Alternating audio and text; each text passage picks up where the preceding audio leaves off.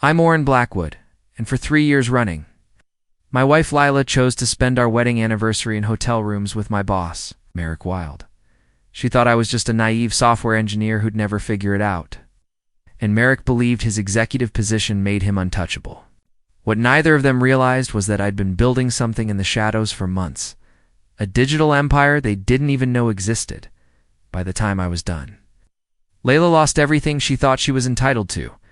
Merrick's career was destroyed in the most public way possible, and the company they thought they controlled, well, let's just say the shy tech guy they underestimated had been quietly becoming their worst nightmare.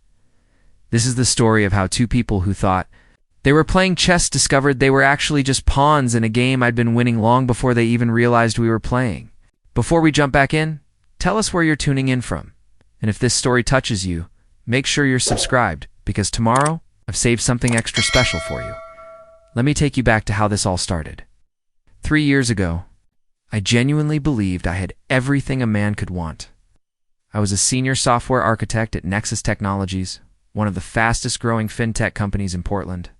The work was challenging, the pay was excellent, and I was working under Merrick Wilde, who everyone considered a visionary in financial technology. Merrick was everything I wasn't: tall, charismatic, the kind of guy who commanded attention. When he walked into a room, he had this way of making complex business strategies sound simple and inspiring. When he'd present to investors or clients, you could see why the company's valuation kept climbing. I respected him enormously.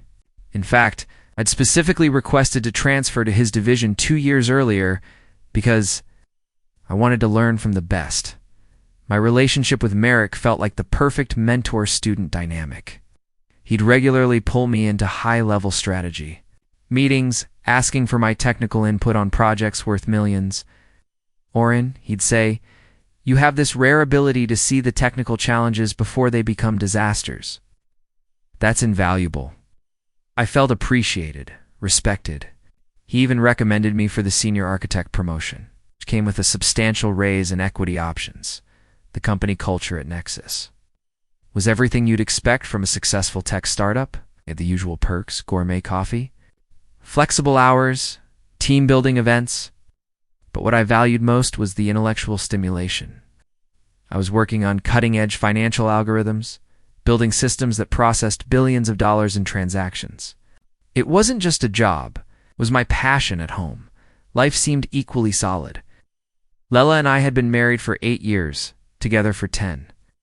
She worked as a marketing consultant for various lifestyle brands, traveling frequently for client meetings and photo shoots. She was beautiful, ambitious, and had this infectious energy that drew people to her.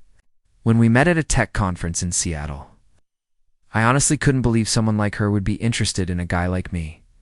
Our downtown Portland loft was perfect for our lifestyle. Floor-to-ceiling windows overlooking the Willamette River, modern furnishings that Leila had carefully selected, and a home office where I could work on personal coding projects. We'd host dinner parties where her creative friends would mix with my tech colleagues.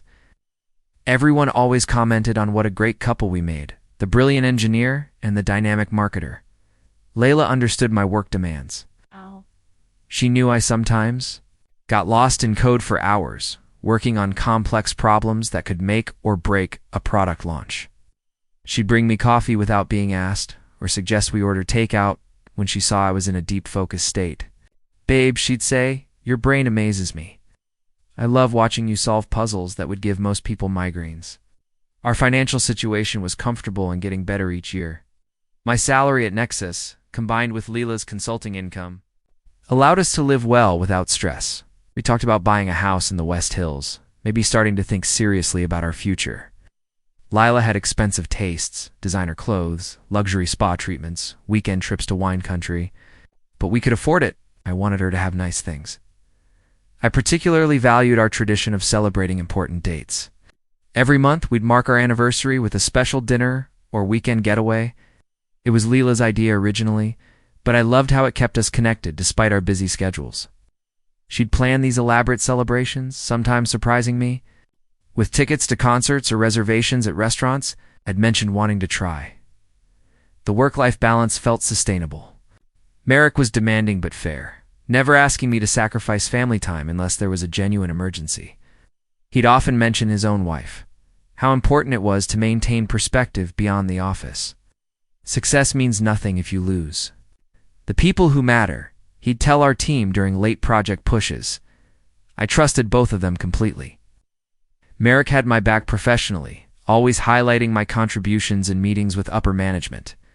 Leila supported my career ambitions, even encouraging me to consider starting my own company someday.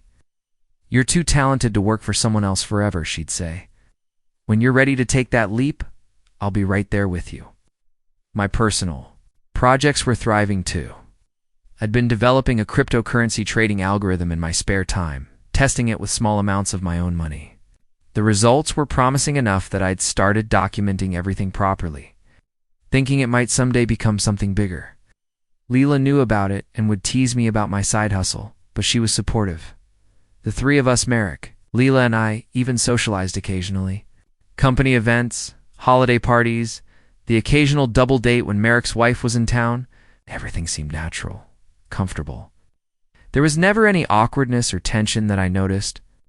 If anything, Merrick and Leila got along well, sharing stories about their respective industries and laughing at each other's jokes. Looking back now, I realize how naive I was. I saw what I wanted to see: a successful career trajectory, a loving marriage, and a promising future. I believed in loyalty, in the idea that good work and good intentions would be rewarded. I thought the people closest to me shared those values.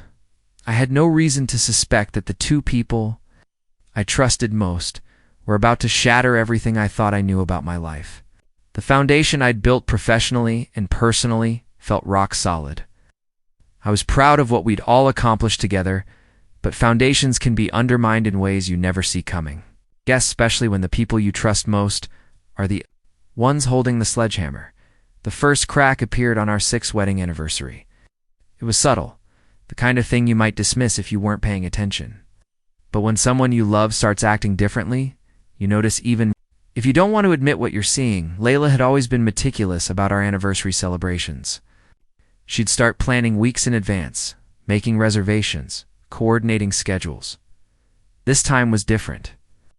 When I brought up our upcoming anniversary dinner at La Bernardine, the restaurant where we'd had our first date, she seemed distracted.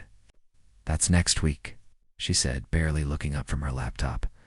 "Babe, I might have a client crisis brewing. This new campaign for Meridian Wellness is falling apart, and they're threatening to pull the contract. I might need to fly to San Francisco." Struck me as odd.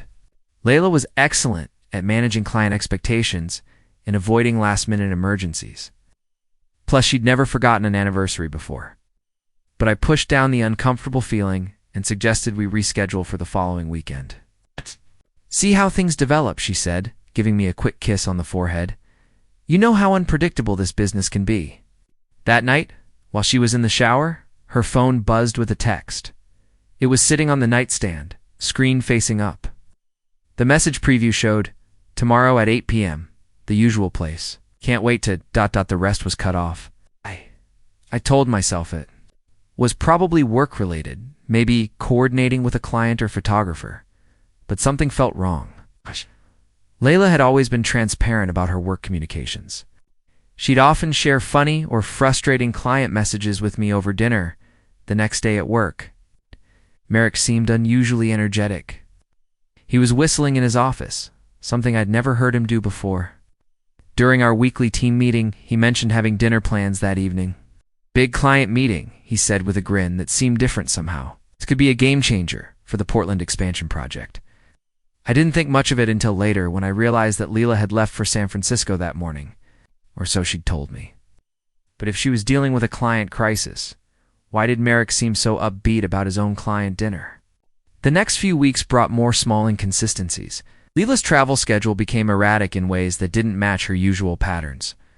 She'd gotten a new gym membership at an upscale fitness center across town, even though we had a perfectly good gym in our building. When I asked about it, she said she wanted to try their new Pilates instructor. "It's supposed to be this revolutionary technique," she explained. "All the lifestyle influencers are talking about it. But I noticed she never talked about the classes afterward, never mentioned meeting interesting people or learning new techniques. For someone who usually shared every detail of her experiences, the silence was striking. At work, Merrick started having more client dinners and investor meetings that ran late. He developed a habit of adjusting his tie and checking his reflection in his office window before leaving for these evening appointments. His assistant, Mrs. Chen, once mentioned that she'd tried to reach him during one of these supposed meetings, but his phone went straight to voicemail.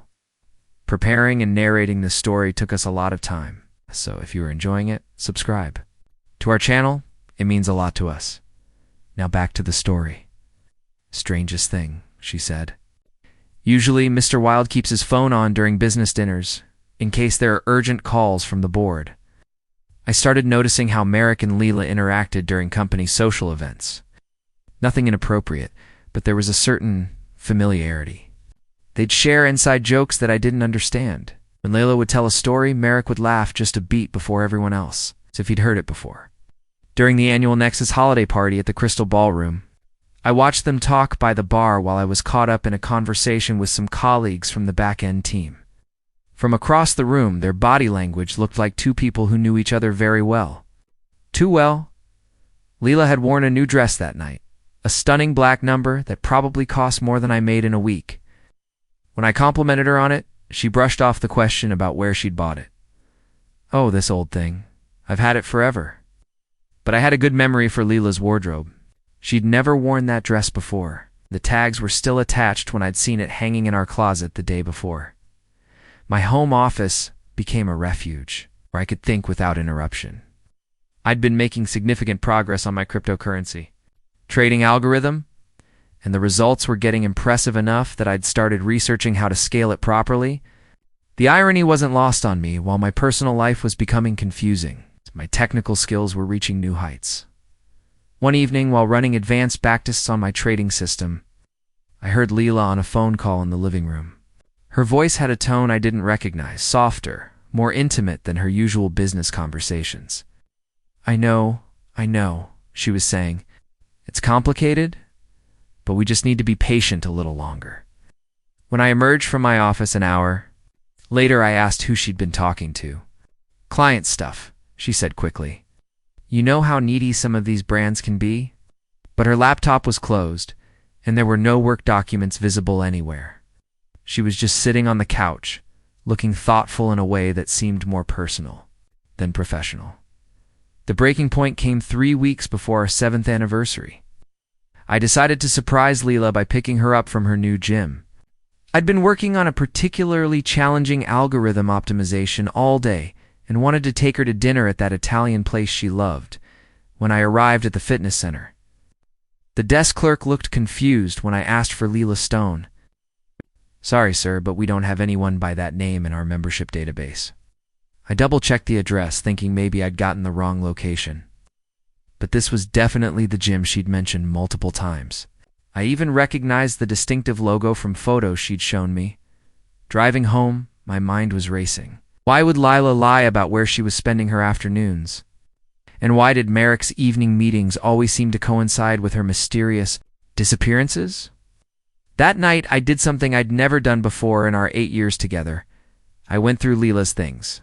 It's not thoroughly, just enough to see if I could find some innocent explanation for all the inconsistencies hidden in her jewelry box. Underneath her grandmother's pearl necklace, I found a hotel keycard.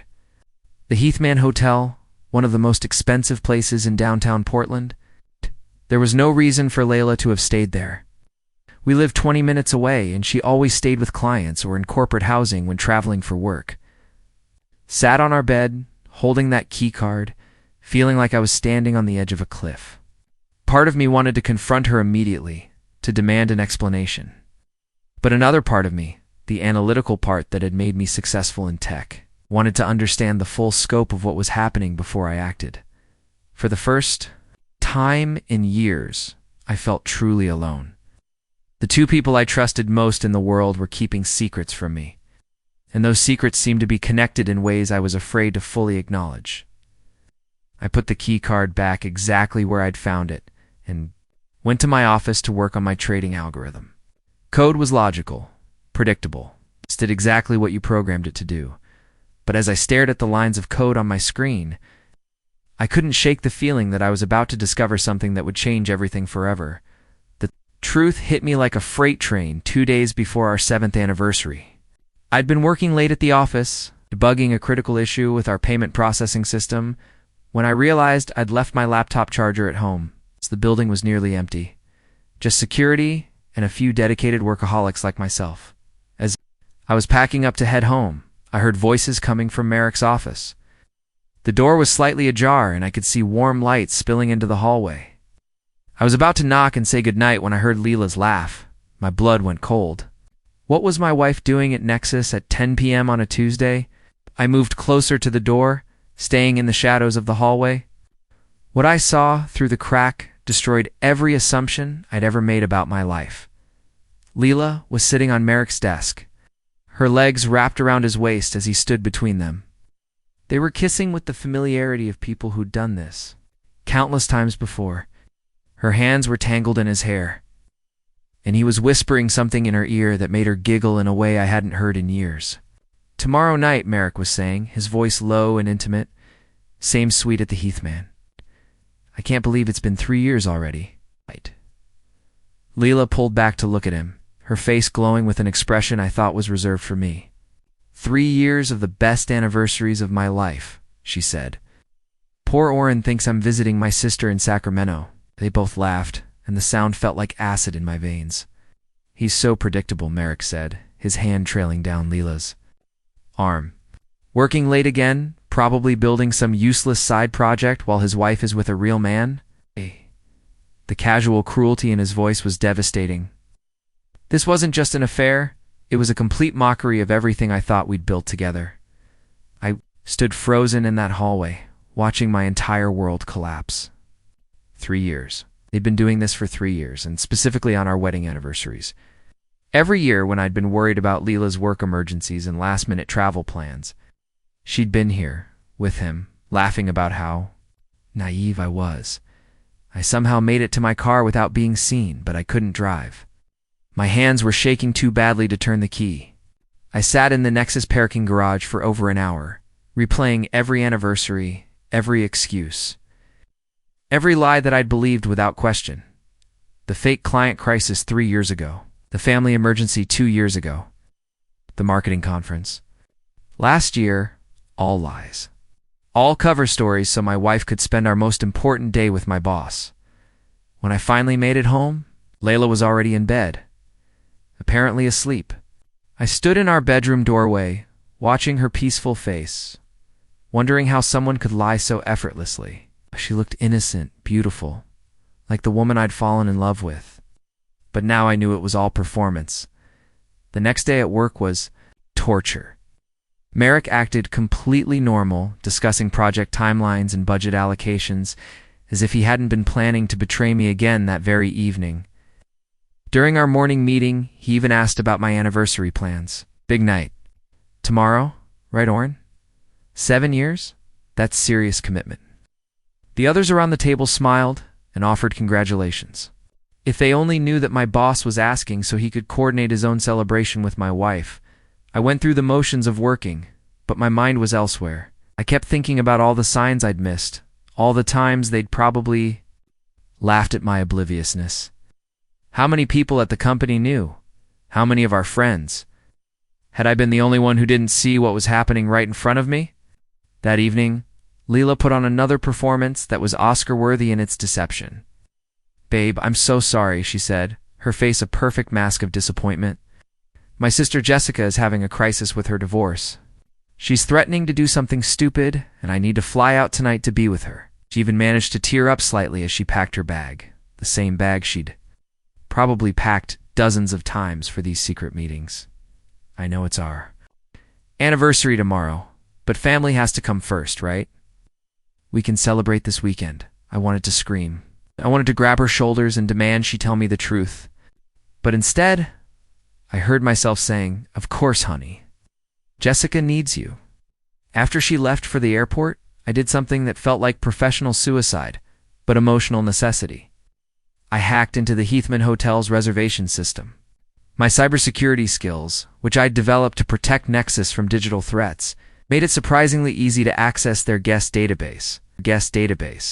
There it was. A suite reserved under Merrick's name for the past 3 years. Always on the same date. Always on my wedding anniversary. But the digital trail revealed something even worse. Using the same techniques, I traced their communications. Going back years, encrypted messaging apps, secret email accounts, even shared cloud storage folders filled with photos I never wanted to see. The betrayal went beyond just physical infidelity. They'd been systematically planning a future together while treating me like an obstacle to be managed. In one email chain from 6 months ago, they discussed ways to push me out of Nexus entirely.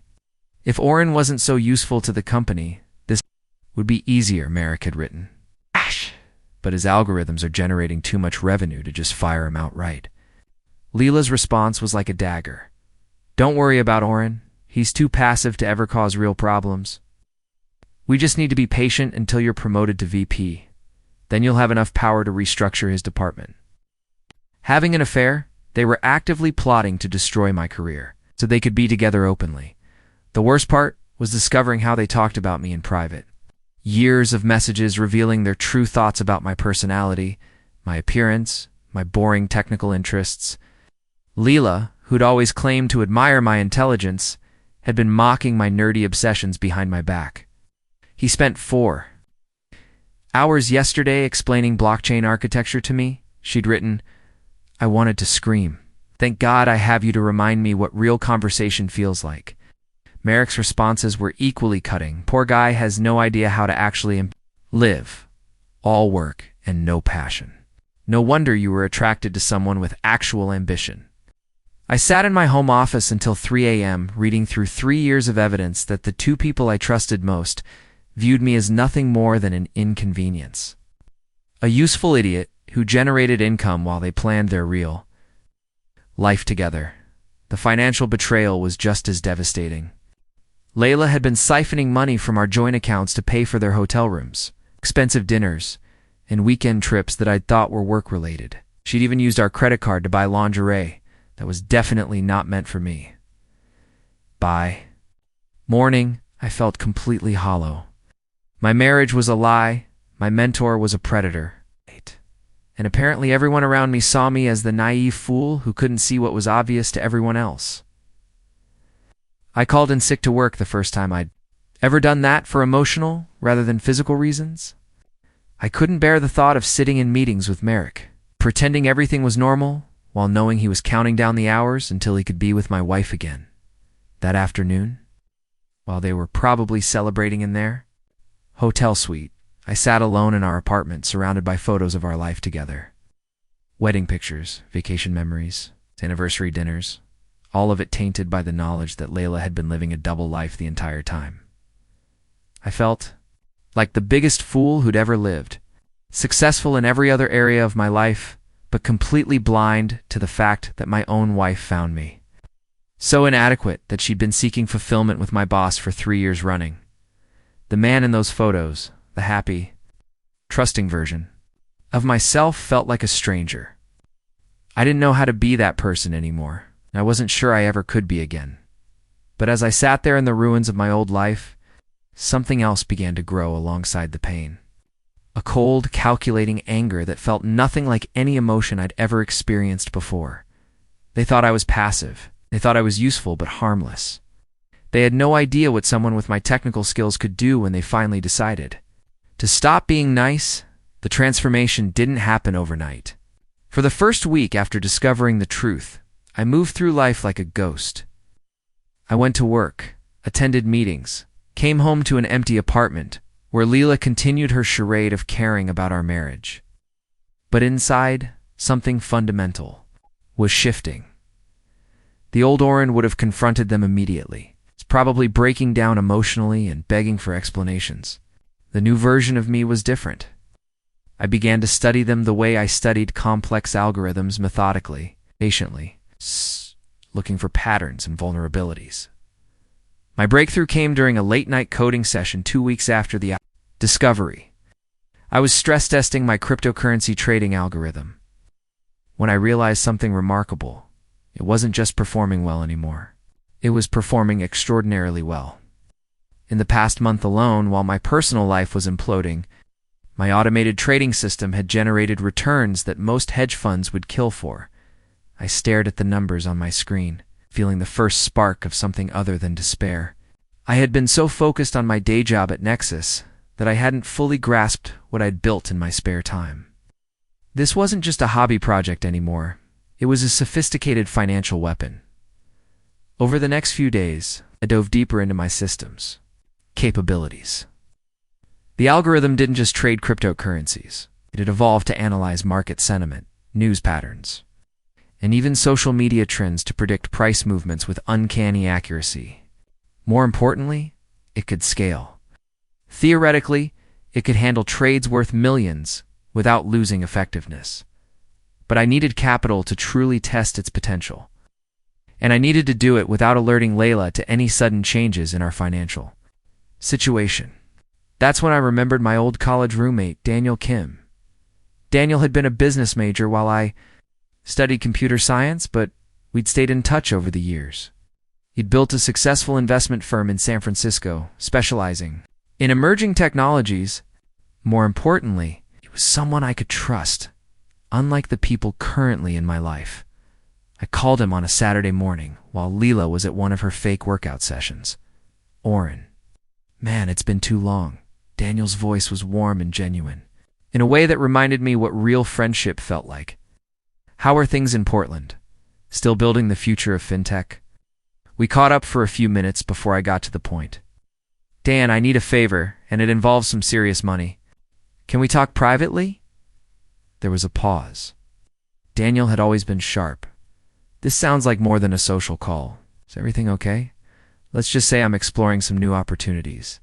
Are you free for a video call tonight? That evening, I showed Daniel my trading algorithm's performance data. I watched his expression change from polite interest to genuine excitement as he realized what he was seeing. Orin, these returns. This isn't possible. What's your sample size?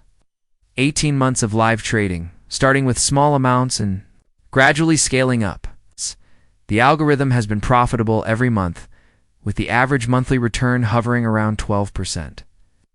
Daniel was quiet for a long moment, running calculations in his head. If you could scale this properly, you're talking about generating serious wealth? I mean, potentially life-changing amounts. That's what I was hoping you'd say.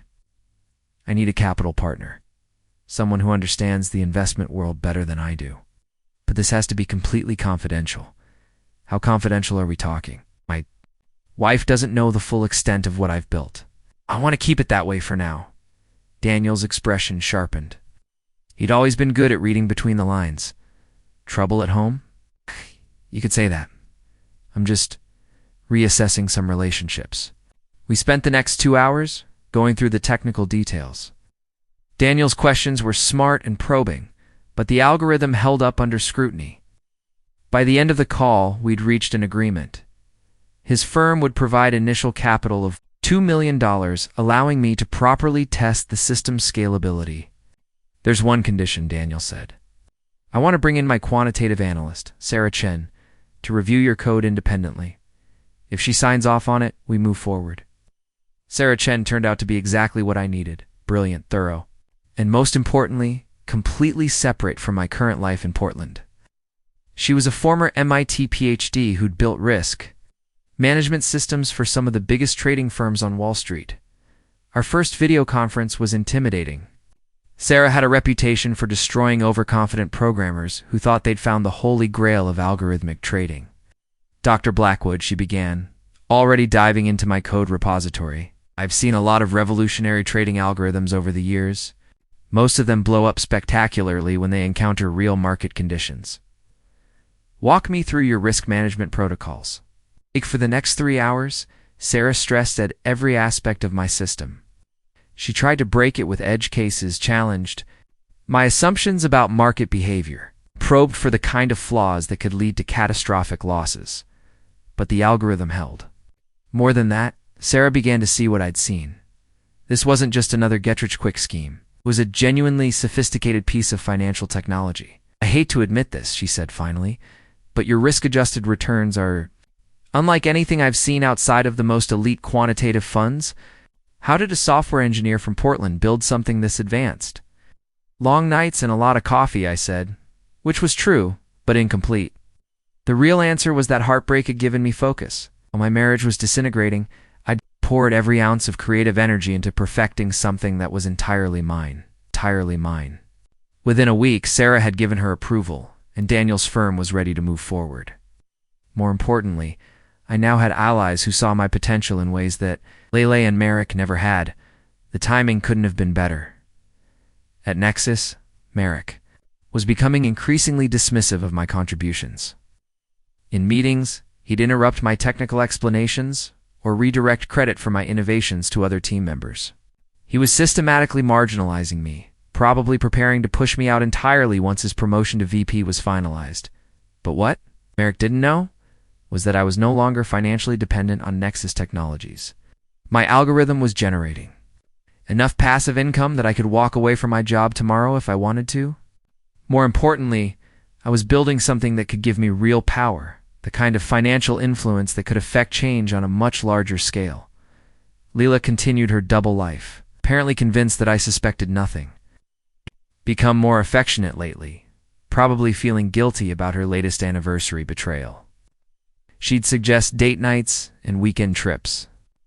Playing the role of the loving wife while texting with Merrick behind my back, I played along, but now I was gathering intelligence. Every conversation was an opportunity to learn more about their plans. Every lie she told me was evidence I could use later. I started documenting everything, screenshots of her phone when she left it unattended, recordings of her obviously, fabricated stories about work trips. The old Orin would have been devastated by this level of deception. The new version of me saw it as data collection. 3 months after discovering their affair, I was ready to move into the next phase. My trading algorithm was managing $8 million in capital and consistently outperforming every benchmark. I had a team of brilliant allies who respected my abilities. I had something that neither Leila nor Merrick possessed, a plan that neither of them saw coming. They thought they were manipulating a naive software engineer who was too passive to threaten their comfortable arrangement. What they were actually dealing with was someone who'd just acquired the resources, an expertise to rewrite the rules of the game entirely. The prey was about to become the predator. They had no idea the hunt had already begun. The opportunity for a public reckoning came sooner than I'd expected. Nexus Technologies was hosting its annual investor summit at the Sentinel Hotel. A grand affair where the company showcased its achievements to current and potential investors. It was the kind of event where careers were made and reputations mattered more than anything else. Merrick had been preparing for weeks, positioning himself as the star of the show. His presentation on the Portland expansion project was scheduled to be the keynote address, and rumors were swirling that the board would announce his promotion to VP during the event. This was his moment to shine in front of the people who controlled his future. What made it perfect was that spouses were invited. Leila had already bought a new dress for the occasion, another expensive purchase on our joint credit card that she probably planned to wear to impress Merrick in front of his colleagues. I spent the week before the summit putting the final pieces of my plan into place. Daniel flew in from San Francisco, officially as a potential investor interested in our fintech innovations. Sarah came with him as his technical consultant. To everyone at Nexus, they were just another investment firm conducting due diligence. But I had something much more dramatic in mind. The summit began with cocktails and networking in the hotel's grand ballroom. I watched Leila work the room, playing the role of the supportive spouse while shooting meaningful glances at Merrick whenever she thought no one was looking. She'd positioned herself near his usual crowd, wearing that expensive black dress and laughing at jokes she'd probably heard him tell a dozen times before. Merrick was in his element. Holding court with a group of investors and board members, he was discussing the technical innovations that had driven our recent growth. Innovations that were largely based on my work.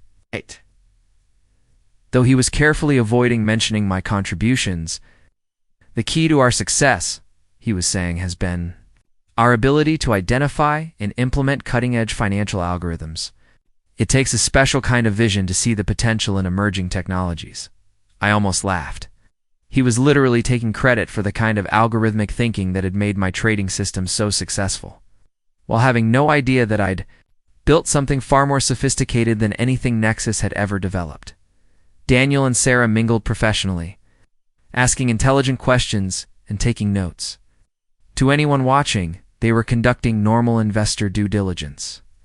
In reality, they were gathering intelligence on Merrick's presentation and positioning themselves for what was about to happen. The formal program began at 8 p.m. Merrick's keynote was scheduled for 9, right after dinner. As the audience settled in, I felt a familiar calm settle over me, the same focused state I entered when debugging complex code or optimizing trading algorithms. Merrick's presentation was everything I'd expected: polished, confident, and full of stolen credit. He outlined the technical achievements that had made Nexus profitable, the innovative approaches that had attracted investor interest, and the strategic vision that would drive future growth.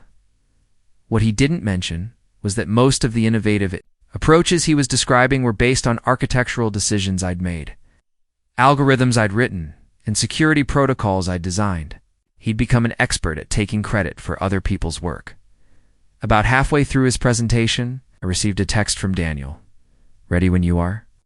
I stood up from my table near the back of the room and began walking toward the front. Murmurs started as people recognized me. After all, I was one of the senior technical staff, and it was unusual for anyone to move around during a keynote presentation. "Excuse me," I said, my voice carrying clearly through the ballroom sound system as I approached the microphone. "I'm sorry to interrupt, but I think there are some important corrections that need to be made." Merrick's face went white.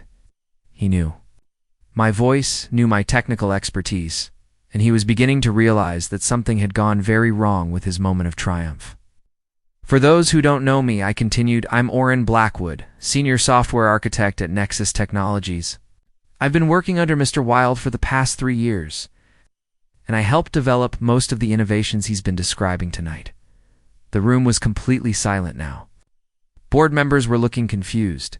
Investors were taking notes, and I could see Leila at her table, her face frozen in horror. "The thing is," I said, "Mr. Wilde's presentation contains some significant inaccuracies about who developed what and when.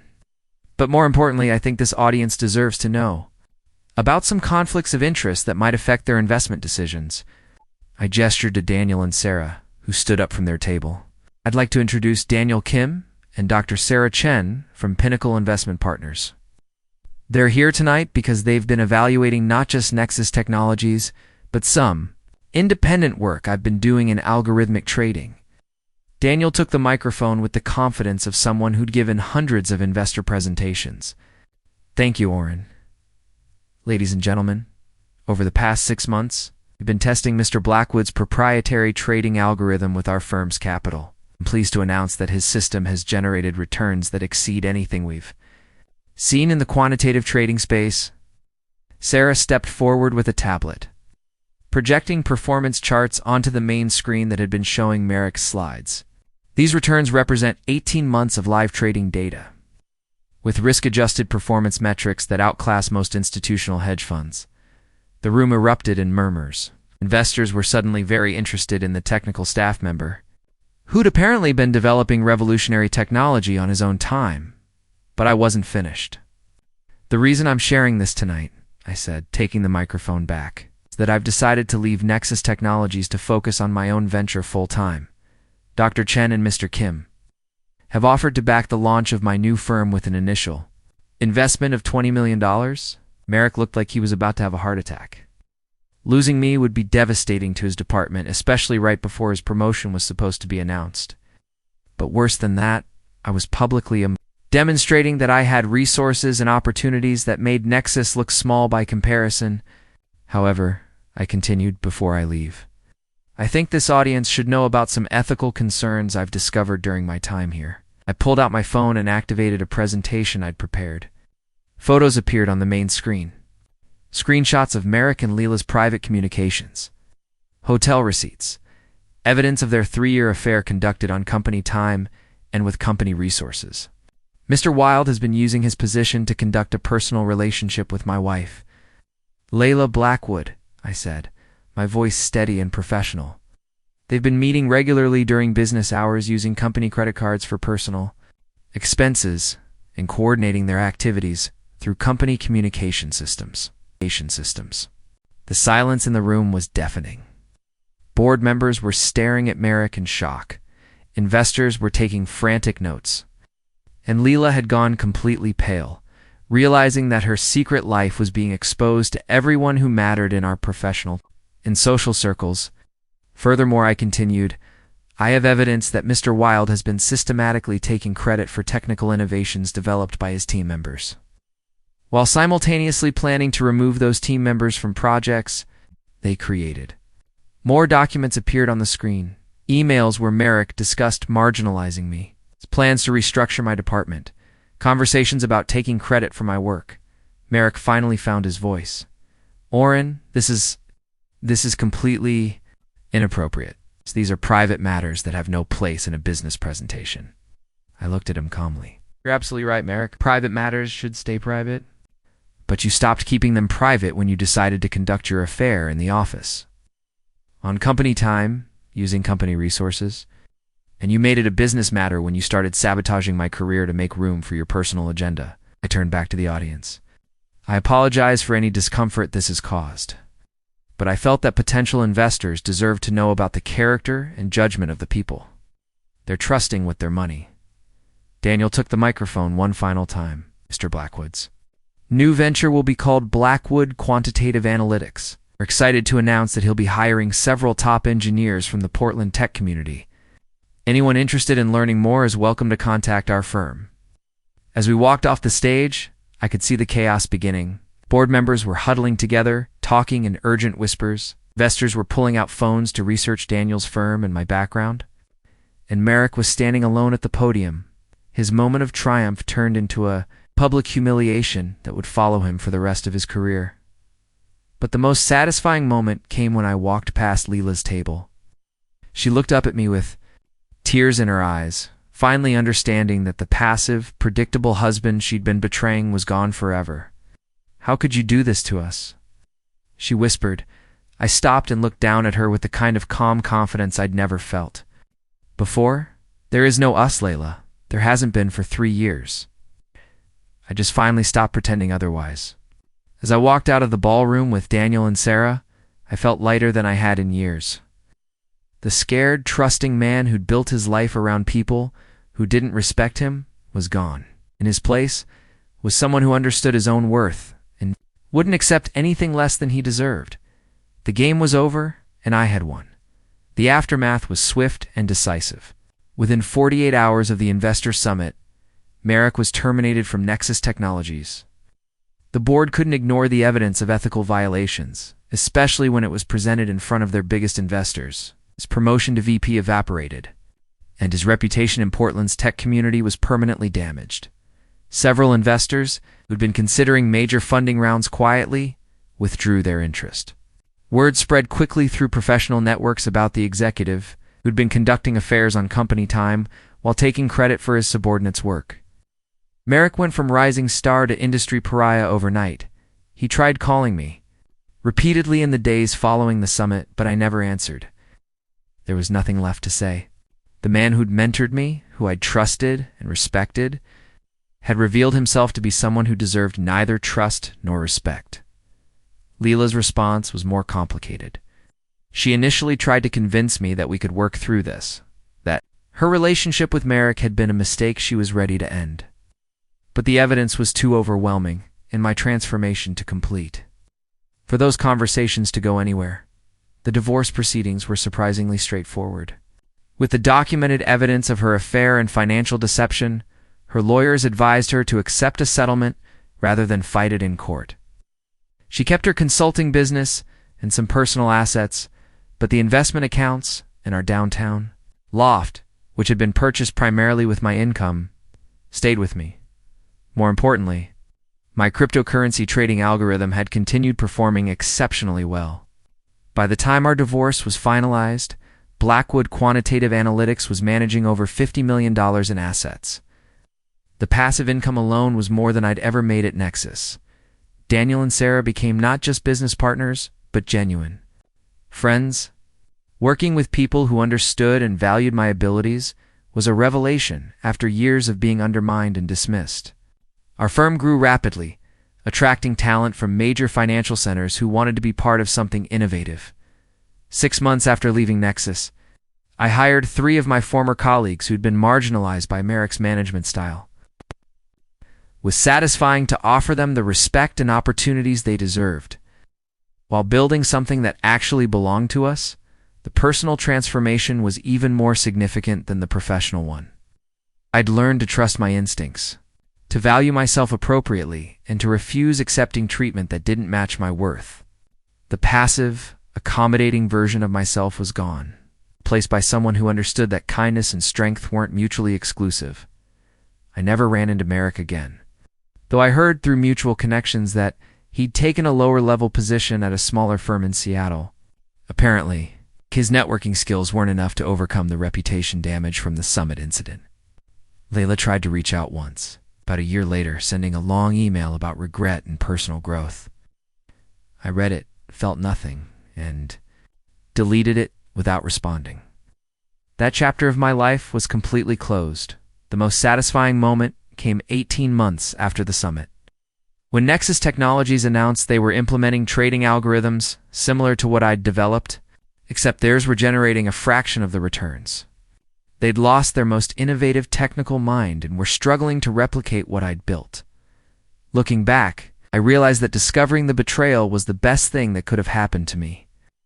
It forced me to stop accepting a diminished version of myself and start building a life that actually matched my potential. The lesson here isn't just about revenge. It's about recognizing your own worth and refusing to accept less than you deserve. For years, I'd allowed other people to define my value, to take credit for my work, and to treat me as dispensable. But when you truly understand what you're capable of, when you stop seeking validation from people who don't respect you, that's when real power begins. The shy, accommodating software engineer who believed in loyalty above all else had to die for the confident entrepreneur to be born. Sometimes the people closest to us can't see our potential because they're too invested in keeping us small. Sometimes the biggest favor they can do is reveal their true nature, forcing us to finally see ourselves clearly. Today, I'm building the life I always should have had, surrounded by people who see my worth because they share my values.